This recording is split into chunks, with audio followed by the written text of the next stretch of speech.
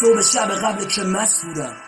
سرم درد میکنه مردست میکنم بابات میگه این کسچرا چیه ای به نفله گوشاتو بده به من چشامو قی گرفته از لای پنجره سوز سردی میزنه روش انگار چشای من نخه بود سوزن توش تحمل ندارم تاریکی روزنه کوش صبونه سیگار بندم با موزل گوش بلند شه حاجی خجالت بکش صدف جلوت یه نگاه بندا یه بارم بهش حتما عکس از خودت میگیری لب سیگار بهش بعد میذاری فیسبوک که بگی باب مالی دوی به خدا یادم رفته باب مالی کیه ایران انقدر باب مالی داره که باب مالی کیره بابا نگرانته آقای دیره برو خونتون بیخی بابای کیه